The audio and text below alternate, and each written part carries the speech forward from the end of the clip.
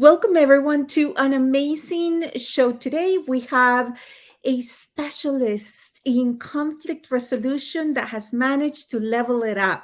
When we think of conflict, we often think conflict with someone else, but there's also the element of what does that conflict mean within us. So today, Dr. Suggs is here to walk us through a whole new way of looking at conflict. So let's get to it. Empowering women on a global scale. Welcome to Powerful Women Today with Carolina Billings. Powerful Women Today is on a mission of inclusion, rewriting his story to include her story, and empowering, raising, and amplifying women's voices with professional speaking, publishing, original podcasting, and web TV. And now here's your host, the founder of Powerful Women Today, Carolina Billings. Dr. Suggs, welcome to such an important topic. You are a leadership in conflict resolution expert and one of the mentor experts of Powerful Women Today. So welcome to our studio today. It's great to be here. Thank you. Thank you. So conflict, unavoidable. We wake up, conflict begins. Yes. From, do we get out of bed? Do we hit the snooze button? And that is, at its simplest, funniest form. But the reality is that throughout the day, we encounter a lot of conflict. Mm-hmm. Some are, minute, navigating through traffic. Some are major, right? Things that are affecting people's lives, long-term, short-term. So in your expertise, what is conflict really? And how does it improve our lives by learning to process it properly? Okay. Well, conflict actually in and of itself is not necessarily bad.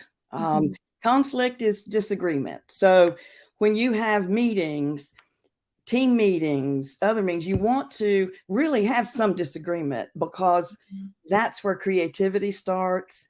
That enables you to move on and share and do new ideas. There's all kinds of good things that can come out of that. But it's the way we handle conflict that makes it sometimes very nasty. Sometimes it's just bad. But it's so important to understand first how we deal with it ourselves. What's inside that is a trigger? For example, what situation at work just makes you cringe, or you're like, oh golly, and this is deep down it's going to cause problems, but it triggers something in you. You really need to get clear on those kinds of issues before you even approach someone. The other thing is, if you don't know how to deal with conflict in an effective and compassionate way, then you can't really be an effective leader, because leadership means you can navigate through all situations.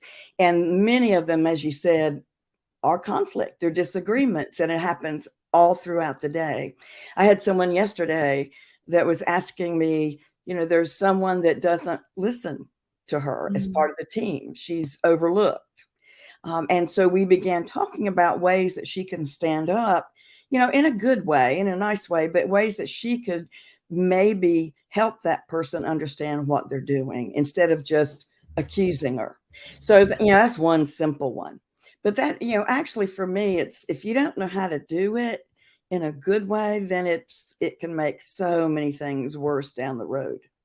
And conflict is part of everyday existence. It is. You know what I mean? Is that so to be surprised by it, sometimes it surprises me that people are surprised by conflict, right?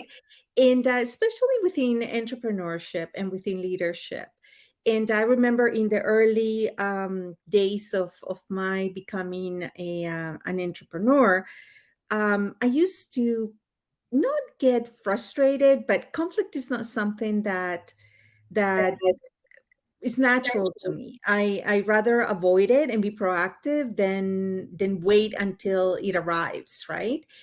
And I remember telling myself, well, you're CEO now. That's the job, Mm-hmm. right? So Right. really understanding the role of conflict in the context that you're trying to operate in, right? Is number one. Is Mhm. in understanding what conflict is, which is Exactly. just really a difference of opinion or a Yeah. difference of timing or Mm-hmm. just different, right? So in the time of diversity and inclusion, the acceptance that someone else may think differently or that life may unfold differently is really fundamental. This is emotional intelligence. It is. It really is. It's So, key. what would you say is the biggest misunderstanding that you find when it comes to conflict? For me, when and all the dealings I've had with it, one thing that comes up probably 100% of the time, at least 99%, is that people have made assumptions about what Mm, somebody meant, and they proceed to act based on that assumption without going to the person and clarifying, or in that conversation saying, okay, let me make sure I understand what you're saying.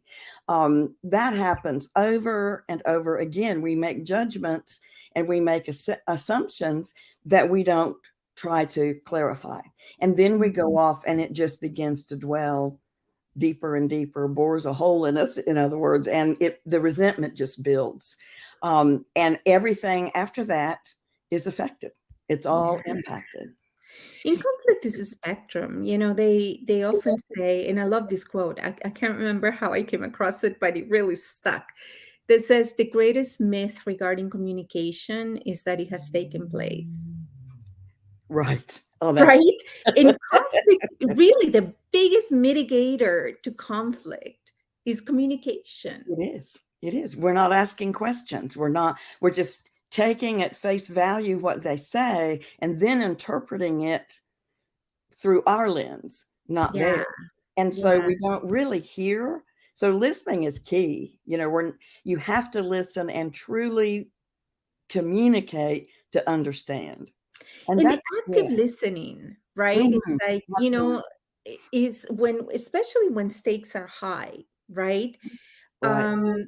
Repeating in a way that expresses what you understood what was being said, not just Exactly. repeating what was being said. Right. Because when you repeat what's been said, it's like, oh, okay, so my understanding is that you only want to work 9 to 5, Monday to Friday, right? Like if Yeah. that's what you said, right?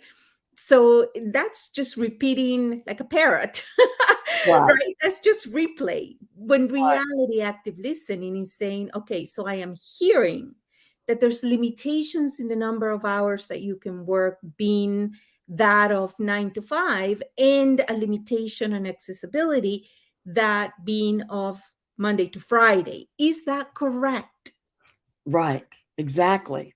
And when you do that, it's amazing the little conflicts that are solved that don't develop into big ones. It's just, and you're right, it's not parroting, it's paraphrasing in your words Mhm. what you think you heard. And so Mhm. many times it's not the same. That's People, right. they have different ways of communicating. Their personality's different. Every things that I take personally, someone else won't, and vice versa. So there are things that I need to know about myself so I can stop before I get angry or accuse somebody of something that they didn't really do or mean. So And that's you why know I what? really, no, go ahead. Go ahead. No, sorry. I was just thinking, why is it that communication is not fundamental education?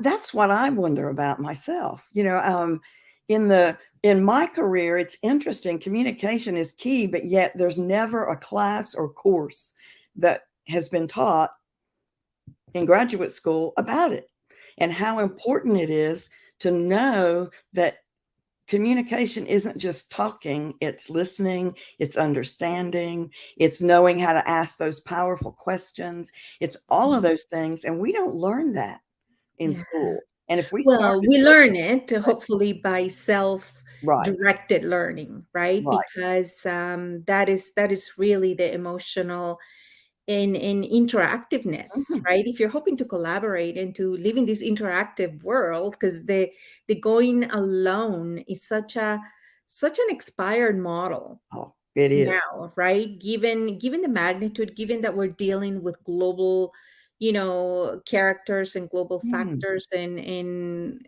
global challenges, going Yeah. at it alone just does not make sense, especially for entrepreneurs. No. And we're actually putting research together to that effect. So I'll be really excited to share that soon.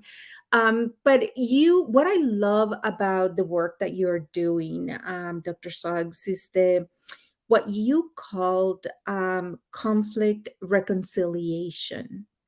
It's Mhm. not just conflict solution, Right. right? is Right. is um is really conflict reconciliation, because the conflict we often is often associated with others, right? Like in the context of multiple parties needing to come to a mutual agreement, right? Or at least, they say that, if everybody walks away disappointed, then the job was done, right? Because that means everyone compromised. But there's a layer even further than that, Mhm. which There is is. that inner processing of the conflict. Right. It's not Right. just only about forgiving others, it's Mm-mm. also about forgiving self. Absolutely. Tell me And about that, because that is, again, super, super powerful. it is powerful. And what I like to do is help people to understand that it's how you approach a conflict situation Mhm. is really, really important. In other words, ask yourself questions like, what do I really want? What is it that I really want to have happen in this situation? What am I looking for? What is it? And what is it I can do to make sure that my attitude, the way I approach it, is right and appropriate for that situation? But it really is going through all of those questions in yourself before you even begin to deal with the situation. And I Mhm. like to say reconciliation because for me, the goal for me in any situation is to always come out of it with a stronger relationship with that person or group, that we come out with a better understanding of each other and that we can move on from the conflict because we have reconciled what we're doing with one another and with the group. Sometimes, and it's important to understand too, there are those times, rare, but there are those times when you don't reach what I would call a healthy reconciliation, and that you have really, really strengthened the relationship. Sometimes you have to come to the conclusion that we will agree on this point, but Mhm. then possibly will not work together again. In other words, sometimes you have to Ooh, walk away, okay. and that's hard. That's hard to do. See through, but decide back to boundaries, right? Mhm. Decide, you know what, from a value, personal value, not moralistic value, from a personal value statement, this is non-congruent. This Right. didn't work for me, right? It's back to that Pyrrhic victory. So it may have succeeded in the end, Mhm. but it doesn't feel right. Right. Right. There's no fulfillment, there's no satisfaction, there's no growth, right? Other than, Mhm. oh, we saw it through. It's funny, when I did my master's, it was interdisciplinary, and the four streams that it covered, and at the time I didn't get it until now. I get it now. It is leadership, conflict resolution, communication, and change management. Mhm. And I remember thinking, okay, like coming from an HR background or leadership background, they make sense, but I never understood that is not intersectionality, is actually they're all parts of the same process. Like they're Exactly. parts. You know what I Mhm. mean? It's non-optional. They're mutually inclusive.